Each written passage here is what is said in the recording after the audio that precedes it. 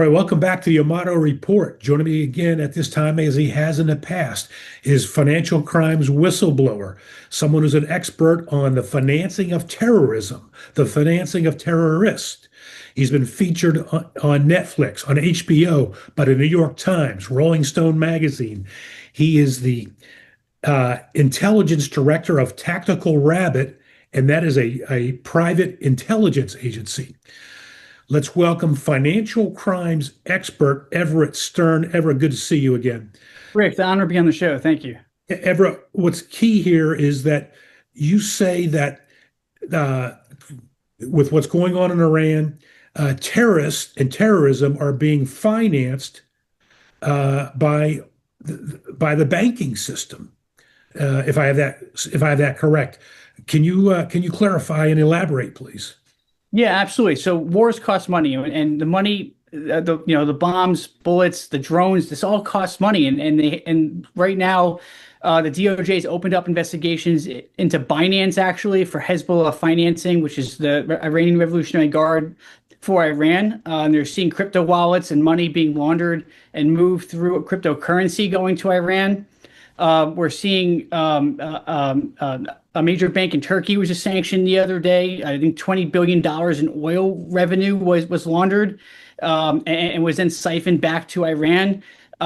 Standard Chartered Bank was recently fined for sanctions violations in dealing with Iran. And I think the biggest thing is our financial institutions and fintechs and MSBs, money servicing businesses, they have to be on guard right now because these Iranians are the enemies of the United States are using shell companies and various financial instruments and different entities to try to get into our banking system because they have to be able to move money, again, to buy these drones and buy these weapons to work against the United States. And do you find that a lot of the banks, some are perhaps very alert and concerned, and others are like, well, you know what, let's look the other way. Let's make a dollar here. Yeah, so I mean, I was the whistleblower for HSBC Bank back in 2010, 2012, and they were fined $1.92 billion for intentionally getting money to terrorists and drug cartels. Whoa. Yeah, the bank admitted to that, and that's why they were fined that amount. And that's what the Netflix movie is about, Dirty Money, that I'm in. I think overall, though, Rick, banks in the United States want to do good. I think overall, banks want to do good. They want to protect our financial system. The Treasury is doing a great job, but again, you have bad apples in every organization, and terrorists are using very sophisticated ways to get into our financial system and launder money. And it's very hard to detect. I think, and not in the case of HSBC, but in other banks, yeah, it's certainly. I think people are acting in good faith and trying their best right now. But you have to understand, this is This is not only a war with Iran right now. It's a financial war, and if we can win that financial war, we'll certainly win at the end of the day. But this is absolutely a financial war. Hezbollah is attacking our financial infrastructure in more ways than one. Well, I would imagine if there's any president of the United States who would understand this whole concept and how to best wrap our nation's arms around it, I would have to imagine it would be former business owner, business entrepreneur, businessman, number 47, Donald Trump. Do you see anything? Are you able to observe anything from where you are in terms of how our government is approaching this? Do they understand the seriousness of it?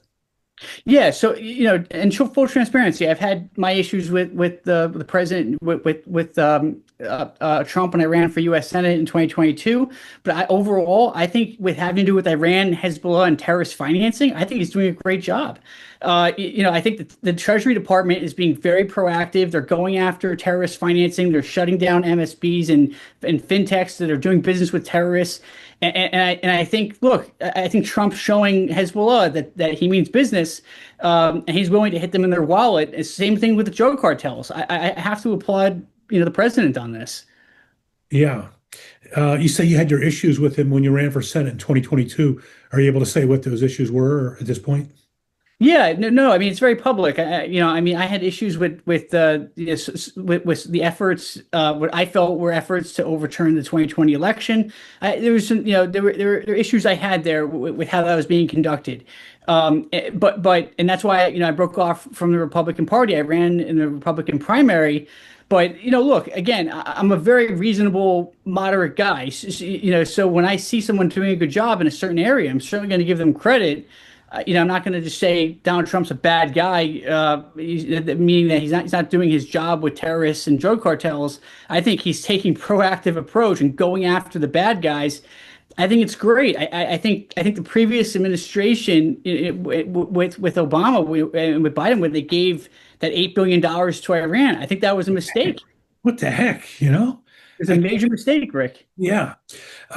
Should we be doing anything differently in our current state to be even tougher on and create more transparency on the banking system as it relates to money laundering and so forth with terrorist groups?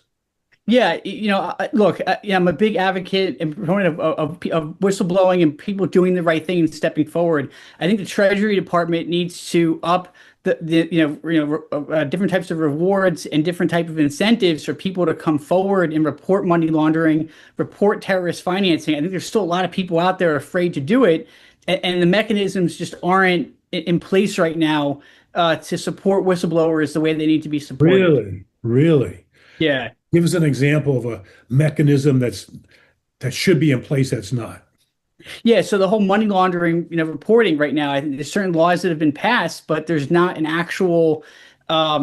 there's not an actual mechanism to be able to report and to be able to get rewarded for that. And the protections of whistleblowers are still overall weak in this country. Whistleblowers unfortunately get punished for doing the right thing, and that's a major problem.